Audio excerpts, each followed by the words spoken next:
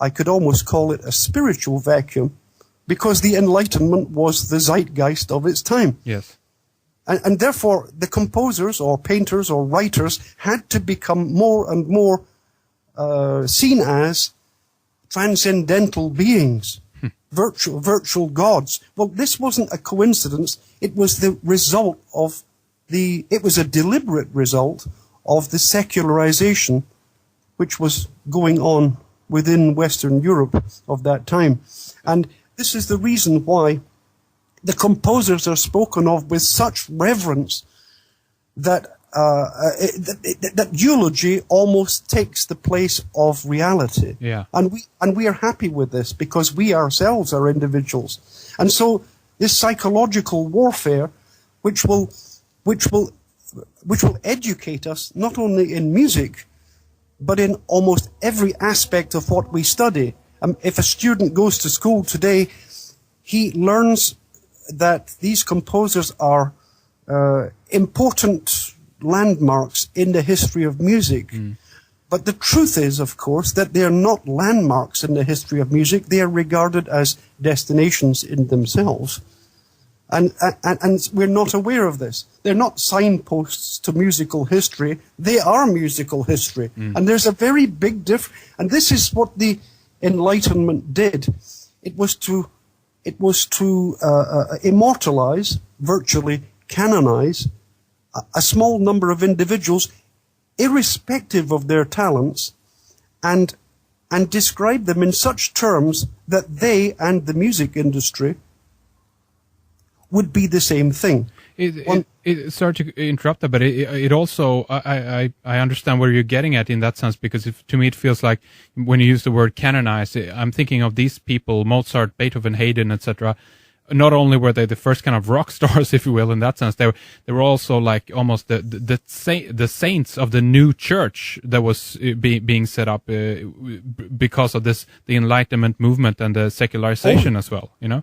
Absolutely. If you were to look at Joseph Haydn's life, Joseph Haydn was about, Joseph Haydn alone, just take him. Joseph Haydn's life was invented. His musical life, that is. Joseph Haydn came to London, and I have documents for this. Joseph Haydn was a completely unknown composer at the time when he came to London in the 1790s. But if you were to read the biographies of Haydn, Haydn was an illustrious, famous composer all over Europe. This is what the biographies say. It's not actually true. I have letters of the time saying that Haydn is completely unknown to us. And Haydn wrote back and said, in that case, the music I have, I will sell you for 1/4 of what you usually buy it for. It was important to the people pushing Haydn that he was known as a great composer, etc., etc. In actual fact, he wasn't.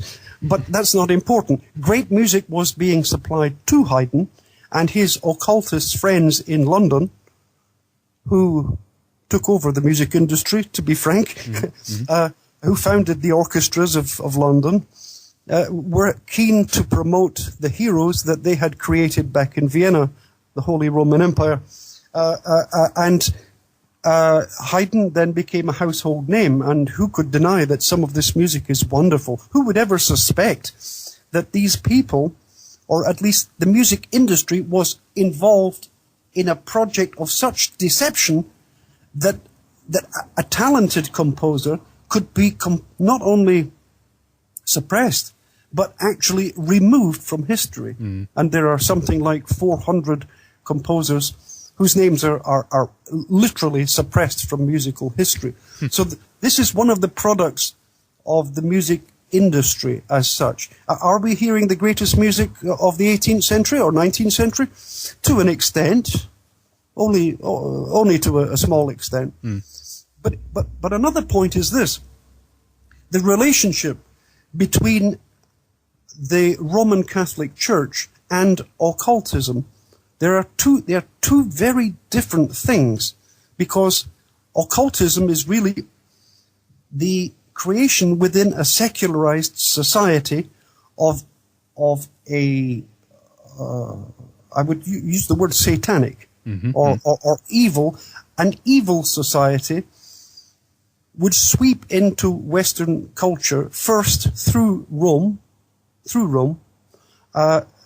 and that struggle between Rome and Satanism, and I have to use the word Satanism because there's really no other way to.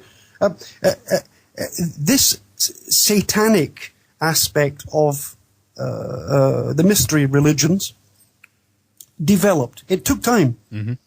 It took time. It wasn't just the Freemasons. It wasn't just the Illuminati. It wasn't just the Jesuits. No. It was literally an attempt to use Europe and European culture as a means to transform society into a secularized and gullible society, which can see in its daily newspapers every day examples of blatant occultism and never see it condemned. And that's the society, I think, if we're not careful, that we're now moving into. It's not a case of whether we're Christian or not Christian, or a member of a church or not a member of a church. Where are the people speaking out about these things? Why don't the great leaders, why don't the teachers, the politicians, the leaders of our society point out that occultism is not only part of the academic system, of course it is. The fraternities in colleges, universities, etc., they're there. Go to any university in America or in Europe, you'll find out that there are fraternities. But not only are they occultist, but there seems to be no one who is speaking out about these things. And if that's true today, from where does this come?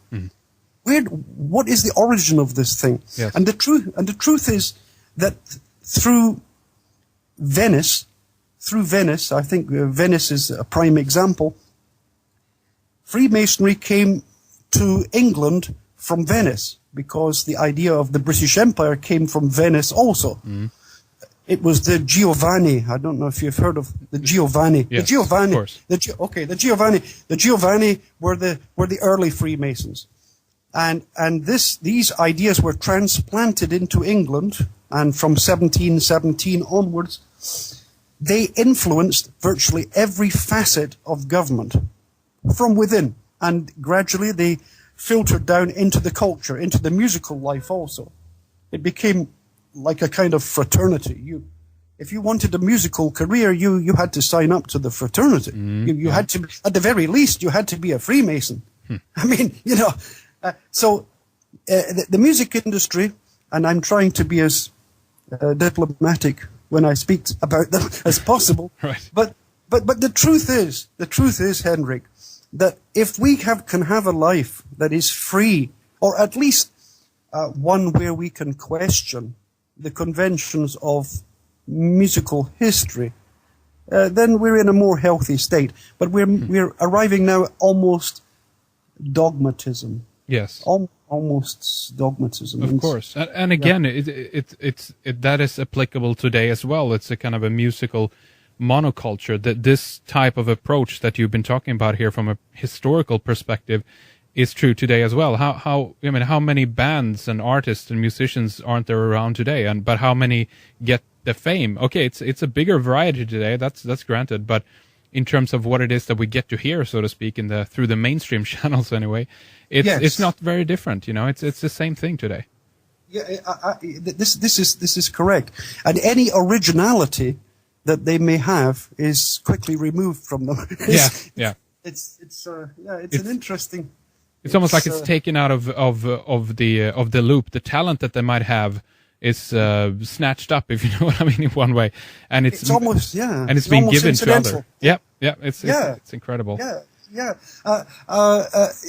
But if I could, going back to the Enlightenment, the Enlightenment was a means to transform the society from within.